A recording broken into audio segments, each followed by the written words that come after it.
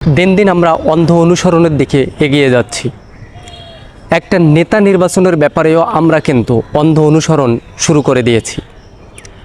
আমরা একটু ভাবতে পারি না যে নেতা নির্বাচিত হচ্ছে সেই নেতা যদি দুর্নীতিবাজ হয় তাহলে আমাদের দেশটা কিন্তু অধপতনের দিকে চলে যাবে।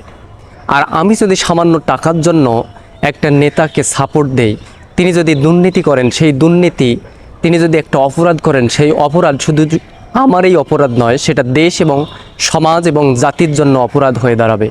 তাই অন্ধ অনুসরণ, অন্ধ অনুকরণ বাদ দিয়ে আমাদের উচিত সঠিকভাবে সঠিক লোককে সঠিক জায়গার মধ্যে বসানো। যদি আমরা বসাতে না পারি তাহলে আমরা কিন্তু পরবর্তী প্রজন্ম আমাদের বিপদের মুখে পড়ে যাবে।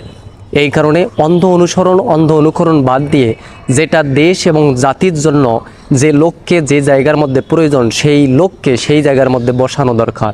শুধুমাত্র আজকের 500 বা 100 টাকায় অন্ধ অনুকরণ করলে পরবর্তী প্রজন্ম বড় বিপদের সম্মুখীন হয়ে যাচ্ছে। তখন আমাদের জবাব দেওয়ার আর কিছুই থাকবে না। তাই অন্ধ অনুসরণ, অন্ধ অনুকরণ বাদ দিয়ে যে ব্যক্তিটা সৎ, যে ব্যক্তিটা যোগ্য, সেই ব্যক্তি যদি আর্থিক দিক থেকেও দুর্বল হয়, আমাদের সকলের উচিত সকল কাজে সকল দিকে ওই ব্যক্তিগুলোকে সাপোর্ট করা। তাহলে দেশ এবং সমাজ সুন্দর হবে। শুধুমাত্র অর্থের বিনিময়ে আমরা অন্ধ অনুসরণ, অনুকরণ করা বাদ দিয়ে দেই। আমাদের দেশ যেন একটা সুন্দর, সুশৃঙ্খল এবং যারা দায়িত্ব পাওয়ার পরে সঠিকভাবে দায়িত্ব পালন করবে এমন লোক নির্বাচিত হোক, এমন লোক দেশের সকল জায়গার মধ্যে আসন পেতে থাক। আমরা অনুসরণ, অন্ধ অনুকরণ বাদ দিয়ে যোগ্য লোককে যোগ্য স্থান দেই।